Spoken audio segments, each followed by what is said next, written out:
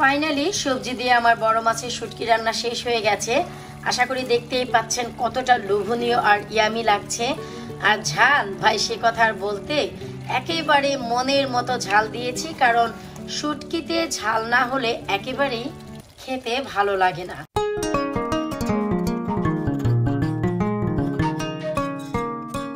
Hello everyone, আসসালামু আলাইকুম।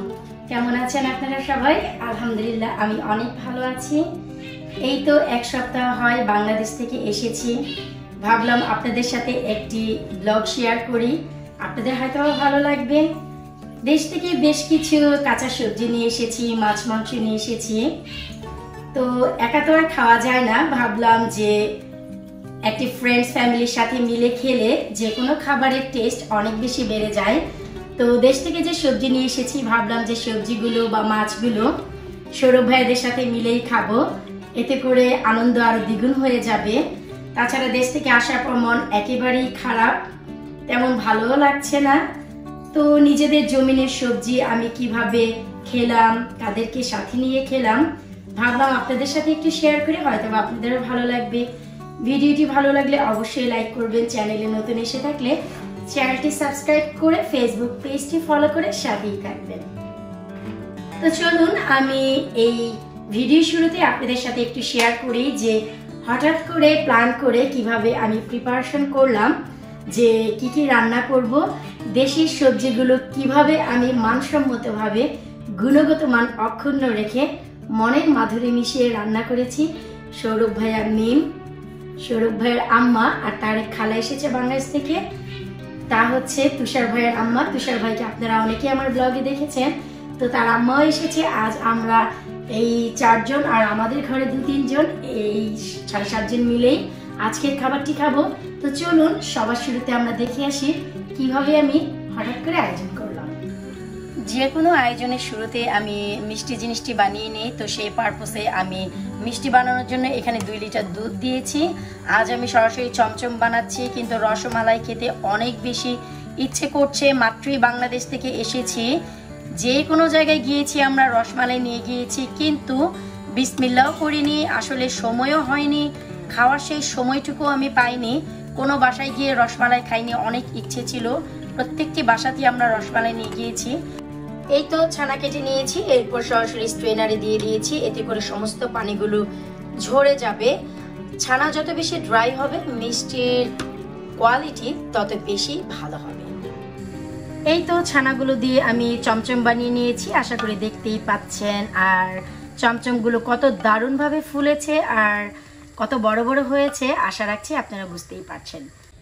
এরপর হচ্ছে চিন্তা করলাম যে আগামীকালকে আমরা হচ্ছে বাঙালি খাবার খাবো, কোনো পোলাও রোস্ট নয়। এই যে কই মাছগুলো দেখতে পাচ্ছেন, এগুলো দেশ থেকে আনা, আমাদের একেবারেই পুকুরের কই মাছ, যা চাষের নয়। তো আমি হালকা একটু লেবু আর লবণ দিয়ে মাখিয়ে রেখেছি, এতে করে মাছের যে নিজস্ব একটি ভোমরা গন্ধ হয় তা কখনই আমি পাই না। এই তো আমি বড় শুটকির জন্য সবজি নিয়ে নিয়েছি। আমাদের দেশের সিম, পটল, আমাদের দেশের বলতে বাংলাদেশ থেকে তো এসেছি, যেমন এটি আমাদের নিজস্ব জমিনের, আমি আমাদের নিজেদের জমিনের পটল, সিম, বেগুন এসব ব্যবহার করেছি, আর আলু বড় শুটকির জন্য। তো ভাবলাম যে শুটকি যদি একটু সবজি দিয়ে রান্না হয় খেতেও ভীষণ মজা হয়, আর আমার হাতের এই শুটকিটি কম বেশি অনেকেই পছন্দ করে। আর অন্যদিকে আমি কই মাছগুলো একটু ভেজে নিচ্ছি, কারণ আমান আসার সময় হয়ে গেছে স্কুল থেকে, একটু ভেজে তুলে রাখলে দেখা গেল আমান আসার পর ওকে খাইয়ে দিয়ে আমার জন্য একটু সুবিধা হবে রান্না করতে, তাই এরই মাঝে আমি কই মাছগুলো ভেজে তুলছি। আর পাশেই আমার মামুনি ঘুমিয়ে আছে, এই যে দেখা যাচ্ছে। মেয়েকে পাশে নিয়ে রান্না করছি, কারণ হচ্ছে ও যেহেতু ঘুম, আজাদ স্কুল থেকে আনতে গেছে আমানকে, ভাবলাম ক্যামেরাটি কাছে রাখলে আমার জন্য বুঝতে সুবিধা হবে যে আমার মেয়েটি কি করছে। ফাইনালি সবজি দিয়ে আমার বড় মাছের শুটকি রান্না শেষ হয়ে গেছে। আশা করি দেখতেই পাচ্ছেন কতটা লোভনীয় আর ইয়ামি লাগছে। আর ঝাল ভাই সে কথা আর বলতে, একেবারে মনের মতো ঝাল দিয়েছি, কারণ শুটকিতে ঝাল না হলে একেবারেই খেতে ভালো লাগে না। এরপর চিন্তা করেছি যে বড়ি আর আলু দিয়ে কই মাছ রান্না করব। তো কই মাছ অলরেডি ভেজে তুলেছি, আর এখন আলু আর বড়ি আমি একসাথে কষিয়ে নিচ্ছি। বড়ি যত বেশি কষানো যায় তত বেশি টেস্ট হয়। আর এই হচ্ছে শুরুর সময়, যখন বড়িটি সম্পূর্ণ হয়ে যাবে, এটি ফুলে ডাবল হয়ে যাবে। রান্নার সাথেই থাকুন, আশা রাখছি আপনারা শেষ পর্যন্ত দেখলে বুঝতে পারবেন যে এই মাছের আর এই বড়ির কি অবস্থা হয়ে দাঁড়ালো। এরপর যখন এই বড়ি আর আলুগুলো হয়ে গেছে তখন আমি মাছ দিয়ে দিয়েছি। আশা করি আপনারা দেখতেই পাচ্ছেন বড়িগুলো কিন্তু ফুলে ডাবল হয়ে গেছে। And look at this colour. আমার এই কারি বা মাংস যখনই রান্না করি, অনেক লাভলি ভিউয়ার্স আমাকে প্রশ্ন করেছে যে আপু আপনি কি মশলা ব্যবহার করেন যে আপনার কারির কালার এত চমৎকার হয়। কোনো একটি ভিডিওতে অবশ্যই আপনাদের সাথে শেয়ার করব যে রান্নায় আমি কোন কোন মশলা ব্যবহার করি। তো এখন হচ্ছে এই যে সম্পূর্ণ বড়ি কিন্তু সেদ্ধ হয়ে গেছে, আর তা বোঝার উপায় হচ্ছে বড়িগুলো ফুলে 3 গুণ হয়ে যাবে। শুরু থেকেই যা থাকে, এতে আমি জিরার পাউডার দিয়েছি, ফ্লেভার দিয়ে আমার কিচেন একেবারেই ভরে গেছে। এখন হচ্ছে হালকা করে কিছুটা ধনিয়া পাতাও আমি দিয়ে দিচ্ছি, খুবই সামান্য দিচ্ছি, কারণ হচ্ছে খাওয়ার আগে যখন গরম করব তখন আমি আরও কিছুটা ধনিয়া পাতা অ্যাড করব। তাই সম্পূর্ণ ধনিয়া পাতাটির ফ্লেভার আমি ওয়াইল্ড হতে দিচ্ছি না, তার মানে হচ্ছে একেবারে ছড়াতে দিচ্ছি না। তো এই হচ্ছে আমার কই মাছ আলু বড়ি দিয়ে ফাইনাল লুক। আসলে তো কম সময় আমি পেয়েছি যে কি করব বুঝতেই পারছিলাম না, তারপরেও মাশাল্লাহ আমার 2টি আইটেম শেষ হয়ে গেছে, বড় শুটকি আর কই মাছ। এখন অনেকটাই নিশ্চিন্ত।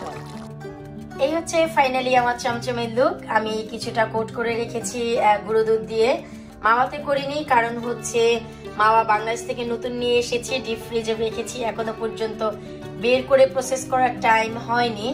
আর আজকে যেহেতু হঠাৎ করেই প্ল্যান হলো যে আগামীকালকে সৌরভ ভাইয়েরা আসবে, প্ল্যান ছিল সানডে আসবে, তো আগামীকালকে স্যাটারডে শনিবার, তো আমার কাছে এতটাও সময় নেই যে আমি ডেজার্টের কিছুটা চেহারা পরিবর্তন করব। এরপর চিন্তা করলাম যতই আমরা সবজি বা মাছ শুটকি খাই না কেন, একটি মাংস না থাকলে অসম্পূর্ণ থেকে যায়। তাই এখানে আমি 2 কেজি গরুর মাংস রান্না করছি। তো দেশ থেকে আনা শুটকি তো রান্না করেছি, কই মাছ রান্না করেছি বড়ি দিয়ে আলু দিয়ে, তো বাকি থাকে সবজি। এই সবজিও দেশ থেকে এনেছি, আমাদের নিজেদের জমিনের, পটল, সিম, মিষ্টি কুমড়া, বেগুন। তো এগুলো দিয়ে আমি হালকা একটু ভাজি করে নিচ্ছি। এই হচ্ছে আমান বলেছে আজ আমাকে অনেক কাজে হেল্প করবে, আমি ওর হেল্প নেব। আমান তুমি কি হেল্প করবা বাবা? ফিশ। ওকে, ভাজিটি বসিয়ে দিয়ে তারপর এখন প্রিপারেশন করব ইলিশ মাছের। লাইলি আমাকে অনেকগুলো ইলিশ মাছ দিয়েছে বাংলাদেশ থেকে, তার ভিতর এটি হচ্ছে একটি। এই তো ফাইনালি আমাদের গরুর মাংস হয়ে গেছে, এর থেকে বেশি ঝোল আর আমি শুকাচ্ছি না।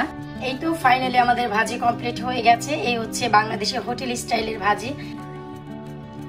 আমান হচ্ছে আমানের বাবার জন্য স্যান্ডউইচ বানাচ্ছে, ও নিজেই চিজ গ্রেট করে নিয়েছে, ব্রেড টোস্ট করে নিয়েছে, এখন জানি না কি করবে, দেখি যে ও কি করে।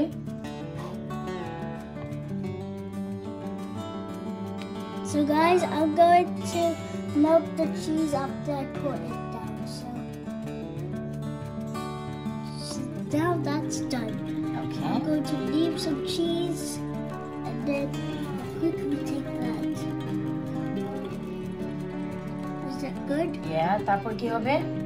Now I'm putting it in there. Okay. Door open. Door open.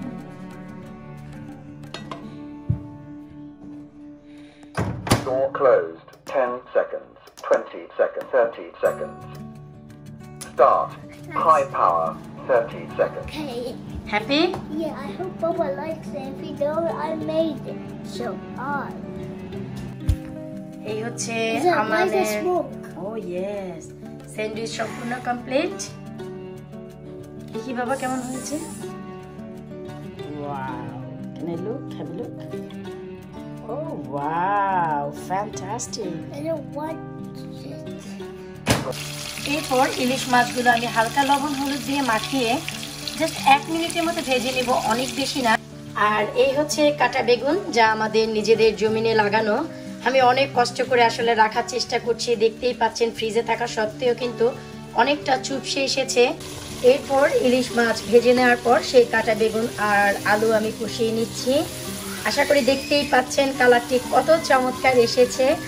আর মরিচের পাউডার একটু কম ব্যবহার করেছি, কারণ ইলিশ মাছ আমানেরও অনেক পছন্দ, তাই এই আলু বেগুনের সাথে ইচ্ছে আছে আমানকে 1 পিস ইলিশ মাছ খাওয়ানোর। এই তো ফাইনালি আমার আলু বেগুন দিয়ে ইলিশ মাছ রান্না শেষ হয়ে গেছে। বিশ্বাস করুন, মাছ রান্নার বা সবুজ সবজি রান্নার বেশ কিছু টেকনিক আছে যা ফলো করলে রান্নার শেষেও আপনার সবজির যে কালার অক্ষুণ্ণ থাকবে। সবুজ বেগুন একেবারেই সবুজ আছে, আশা করি আপনারা দেখতেই পাচ্ছেন। আর এই হচ্ছে ফাইনালি আমি কিছু সালাদ কেটে নিয়েছি। সালাদ বানানোর একেবারেই ইচ্ছে ছিল না, যেহেতু মাছ আর শুটকি রান্না হয়েছে। ভাবলাম ভাই তাতে সালাদের কি প্রয়োজন, তো যেহেতু হালকা কিছুটা গরুর মাংস রান্না করেছি, যদি কারো প্রয়োজন হয় তাই আমি খুবই সামান্য সালাদ কেটে নিয়েছি, একেবারে বেসিক। এই তো টেবিলে একটি টেবিল ক্লথ দিয়ে দিয়েছি, এতে করে কোনো কিছু পড়লে টেবিল নষ্ট হবে না। তো এই যে আমি বরাবর যা করি, যেখানে যে খাবার রাখি তা একেবারেই রেডি করে রাখি, যেন গরম হওয়ার পরপরই ঢেলে নিতে পারি। তো দেখলেন তো যে আমি কি কি আয়োজন করেছি। আসলে আমাদের এই প্ল্যানটি ছিল সানডে, রোববারে। তো গতকালকে শুক্রবার সৌরভ ভাইয়া ফোন করে বলল যে রবিবার তাদের একটি জন্মদিনের পার্টি আছে, তো আমরা কেন নয় আজকে শনিবার এই আয়োজনটি করি।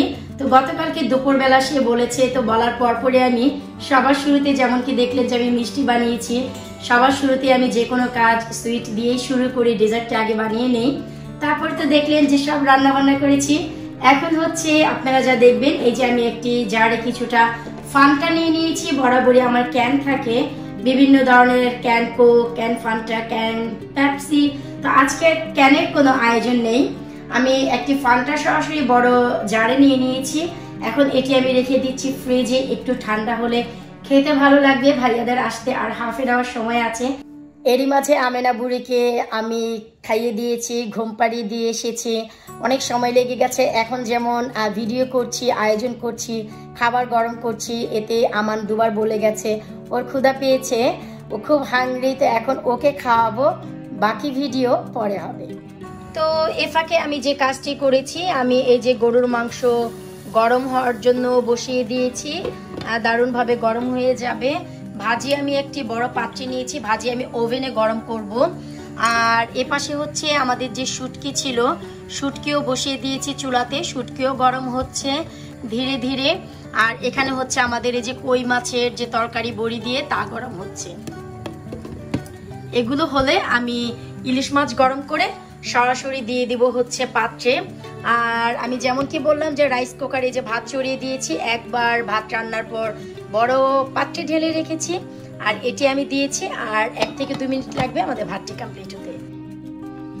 এখন হচ্ছে সময় হয়ে গেছে, আমরা একটু প্লেটগুলো প্রিপারেশন করে নিচ্ছি।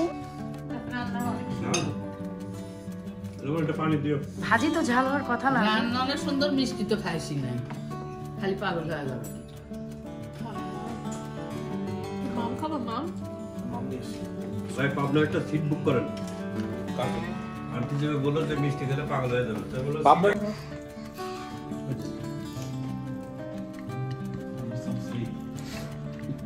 খেয়ে দিয়ে যাও, বাসায় যাও।